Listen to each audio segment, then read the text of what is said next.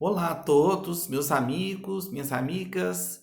Nós estamos começando hoje o terceiro módulo do nosso curso, Obsessão Espiritual. Já trabalhamos aí durante 2 semanas, estamos indo para a terceira semana, com mais 4 aulas que serão postadas de domingo até quarta-feira. E essa semana nós vamos trabalhar a aula 9, 10, 11 e 12 com algumas dúvidas, alguma coisa que foi surgindo nos comentários, nas perguntas, nas reflexões, trabalhadas nesses 2 primeiros módulos. Hoje o nosso tema vai ser especificamente sobre a obsessão provocada de alguém que está encarnado para outro que está encarnado também. Na nossa primeira aula, tópicos iniciais, nós apresentamos os tipos, né? Como é que acontecem essas relações entre aquele que é chamado de obsessor e aquele que é chamado de obsediado. Então, nós percebemos que nós conhecemos muito daquela obsessão e se fala muito quando espíritos desencarnados obsediam quem está encarnado. Só que esse é um dos 4 tipos de obsessão. Há aquele reverso, onde nós, encarnados, obsediamos quem está no plano espiritual, lembrando só de um exemplo, né, que é quando nós perdemos muitas vezes um ser querido e nós passamos a obsediá-lo daqui, com a nossa tristeza, com o nosso mau humor, com a nossa revolta, não é assim? Com a nossa angústia, nós passamos a interferir na vida dele do lado de lá de forma negativa, querendo dominá-lo, achando muitas vezes que estamos fazendo bem. Há aquela obsessão entre os desencarnados e aquela obsessão entre nós aqui no plano físico, né? De um para o outro. Como é que isso vai se dar? Teve muitas dúvidas, muitas questões, porque é algo que acontece com muita frequência, com muita naturalidade. A gente toma como ponto de partida que a obsessão, que nós estamos falando o tempo inteiro, nada mais é do que um ser querendo dominar mentalmente, espiritualmente, psicologicamente outro ser, de forma totalmente negativa, porque nós sabemos que isso não é uma coisa que vai nos levar a algum lugar a obter o domínio de outra pessoa. Quando nós estamos em processos de ódio, de vingança, de perturbação e de desequilíbrio, é que esse desejo nasce, né?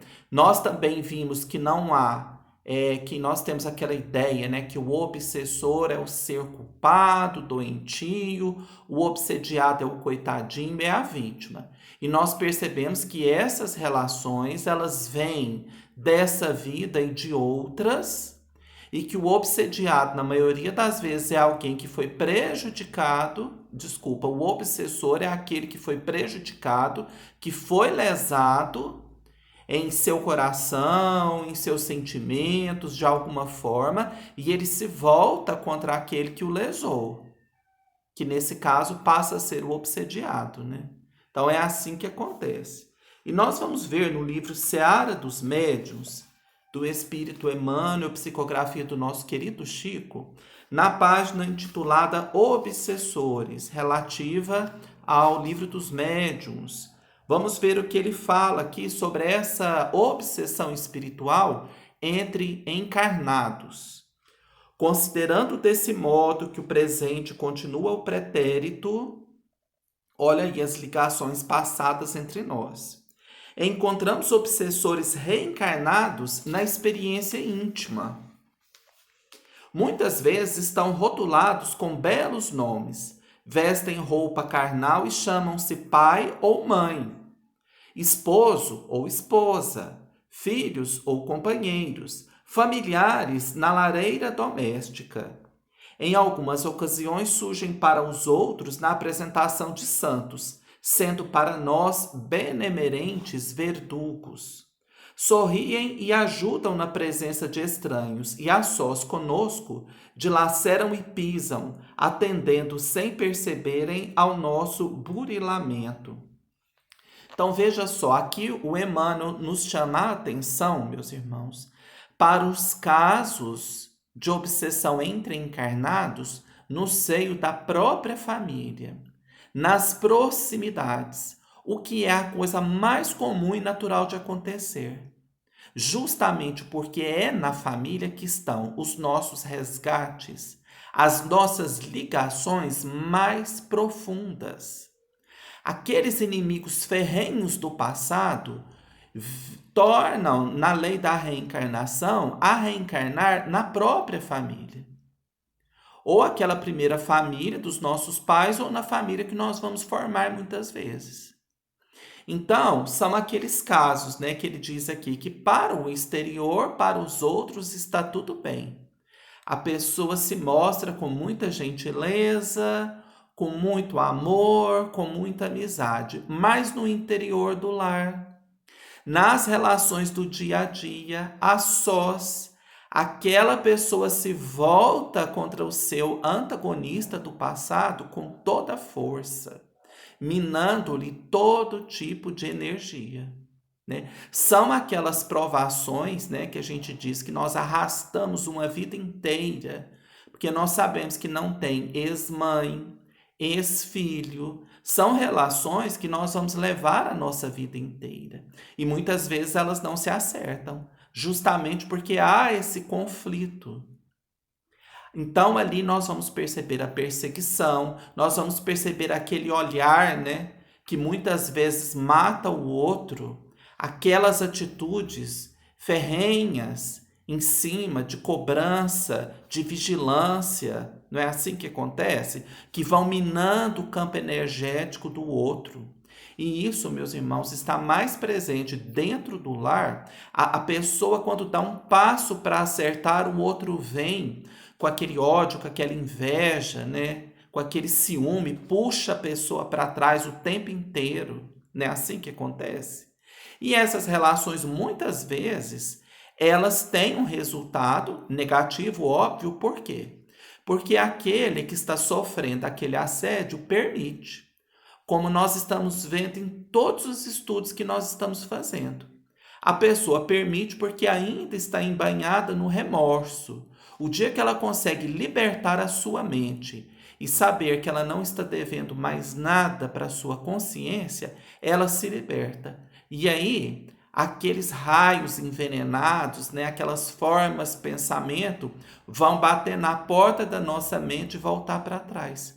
Porque nós aprendemos a nos blindar com o trabalho no bem, com o pensamento positivo e com a nossa libertação. É assim que acontece. No livro Perispírito, de Zalmiro Zimmermann, ele vai aprofundar um pouco nessa questão, como é que se dá essa obsessão entre os encarnados. Encarnados também podem obsedar espíritos desencarnados. Aqui. Laços obsessivos que se estabelecem entre os encarnados são comuns e não menos perigosos. Ideias fixas decorrentes de paixão, desejo de poder, ciúme, ânsia sexual, desejo de vingança, ressentimento, raiva, são forças a se projetarem em direção às mentes-alvo, construindo, em havendo sintonia, reflexos e depois circuitos obsessivos de perigosas consequências. Então, olha aqui os pontos que ele nos fixa, que ele nos traz para refletirmos. A ideia fixa sobre uma pessoa é um ponto de partida para a obsessão entre os encarnados. O desejo de vingança, o ressentimento, a raiva, o ciúme. O que é o ciúme, meus irmãos? O ciúme é o complemento da inveja sobre o outro, Nós queremos que o outro esteja ao nosso lado, amarrado, seguindo as nossas ordens. E eu não digo só sobre o ciúme entre casais, por exemplo, namoro, casamento, não. Eu estou falando ciúme de filho para com mãe, entre irmãos, entre amigos, né? O ciúme é a inveja da felicidade do outro. Nós achamos que o outro só pode ser feliz se ele estiver ao nosso lado. Então, isso é o ciúme. E aí nós vamos cercando aquela pessoa de tal forma que, com a ideia fixa, nós vamos matando todas as possibilidades que há em volta dela de crescimento. Como que se ela tivesse felicidade por conta própria, né? Fosse aniquilar a relação que nós queremos. O que é uma grande inverdade. A ânsia sexual, o desejo de poder. Então, nós, da mesma forma, vamos minando, né, enrodilhando a pessoa com as nossas formas de pensamento, pela nossa ânsia sexual, querendo dominar aquele ser como se ele fosse nosso, de nossa propriedade. A paixão, isso é a paixão, né? Então, nós vamos aqui percebendo como essas teias vão se formando na relação entre os encarnados. Essas influenciações de natureza telepática podem chegar a representar o domínio de uma das partes, que, aliás, é geralmente revigorado durante o sono físico. Então, já entram aqui os casos de hipnose obsessiva, também entre os encarnados. Porque, além daquela mensagem telepática ali, daquela ligação obsessiva durante a vigília, quando a pessoa dorme, ele continua aquele processo de obsessão durante o sono. Do lado de lá, os espíritos, né, saem dos corpos, se encontram e aquele mesmo tipo de obsessão continua de forma telepática durante o sono. Presentes as condições de receptividade fundamentais, como se sabe, pode instalar-se, como nos outros casos, a influência mútua, bidirecional, trilha de duas mãos semeada de sofrimentos psíquicos e físicos, resultado de disfunções perispirídicas que podem, aliás, projetar-se além da desencarnação e pós o renascimento. Então, tudo aquilo que nós estamos estudando nos casos de obsessão vale aqui. A pessoa chega a um ponto de minar toda a energia perispirídica do outro, levando-a a doenças físicas, levando a doenças mentais. E nós, já no nosso dia a dia, meus irmãos, nós percebemos muito isso. Por exemplo, quadros de vampirização entre encarnados, aquelas pessoas que nós nos aproximamos e sentimos mal. Nós sentimos sugado. Isso é tão comum no nosso dia a dia. Pessoas até que não têm a mínimo conhecimento de obsessão e de espiritismo nos relatam, falam, nossa, quando eu aproximo de tal pessoa no meu ambiente de trabalho ou na minha casa, eu me sinto sugado, exaurido, eu me sinto mal quando me aproximo de determinada pessoa. São os casos de vampirismo. E essas relações, elas duram quando a pessoa desencarna e podem continuar ainda depois, quando a pessoa reencarna em outra existência. São sofrimentos, né, psíquicos e físicos. Então, outra coisa também que nós ouvimos muito, meus irmãos, a pessoa falar assim, nossa, eu estou adoecendo próximo a tal pessoa. Isso é uma realidade muito grande. Tem um livro que o Dr. Inácio Ferreira escreveu quando ele ainda estava encarnado. Ele escreveu várias obras, resultado do trabalho dele no Hospital Psiquiátrico de Uberaba. Um desses livros chama-se Reencarnação em Face da Psiquiatria. Então, são pequenos casos, é um livro maravilhoso de se ler e estudar. São pequenos casos que ele vai contando de forma muito fácil, entendível a todos. E a maioria desses casos, ele descreve relações de obsessão entre encarnados. São pessoas que, quando estão na sua residência, perto, em contato, convivendo com aqueles que foram seus inimigos em outra existência, mesmo que ele não saiba, eles entram em processo psicótico, em surto psicótico completo, a pessoa é internada. Chega no sanatório, ela melhora em 2 tempos. Tinha casos de pessoas que chegavam no sanatório, era internada em surto completo. E um dia longe da família, a pessoa começava até a ser voluntária dentro do sanatório a ajudar os outros. Quando voltava para casa, entrava em surto de novo. Por quê, meus irmãos? Pelas energias trocadas com aqueles a quem houve muito mal em vidas passadas. Processos de vingança invisível ali estão sendo instaurados, travados, perseguições, tudo dessa forma mental acontecem, a ponto de levar a pessoa à mais completa loucura, aos casos de demência. Então, estudar esse livro, Reencarnação em Face da Psiquiatria, e o outro também que chama Medicina em Face da Psiquiatria, vai abrir bem esse campo de relações entre as obsessões de encarnado para encarnado. E nós vamos trabalhar aqui também, para encerrar, uma mensagem do Espírito Maria Máximo, pelo livro A Fé Transporta as Montanhas, do Carlos Bacelli, também lá da cidade de Uberaba. Ela fala sobre os pensamentos obsessivos. E aqui diz: não acredite que os pensamentos obsessivos apenas emanem das mentes desencarnadas. Entre os sons e os ruídos nos quais se movimenta, registrados pela sua audição, o homem vive imerso num oceano de ideias que não chega a se expressar verbalmente. Ondas mentais, positivas ou negativas, vagam no mundo a esmo, aguardando conectar-se. Então, nós estamos num mar de vibrações, de ondas, pensamento, que estão só aguardando a nossa conexão. E a nossa conexão é quando nós abrimos aquela anteninha para aquele tipo de pensamento. Então, se nós estamos nos sentindo muito culpados por males que nós fizemos, ao invés de nós procurarmos trabalhar e compreender que nós temos que progredir para passar pelo acerto, nós abrimos a guarda, nós levantamos a anteninha do remorso, ficamos de braços cruzados esperando um pensamento vir querer dominar a nossa mente para nos infligir o castigo e o mal. É isso que o remorso puxa para a gente, meus irmãos. Pensamentos, pessoas, desencarnados que querem nos infligir o mal. É que assim como a boca se alimenta de pão, o espírito se alimenta de pensamentos. Natural que pensamentos sombrios emitidos por mentes encarnadas invigilantes queiram se aninhar em sua cabeça e nela se estabelecer.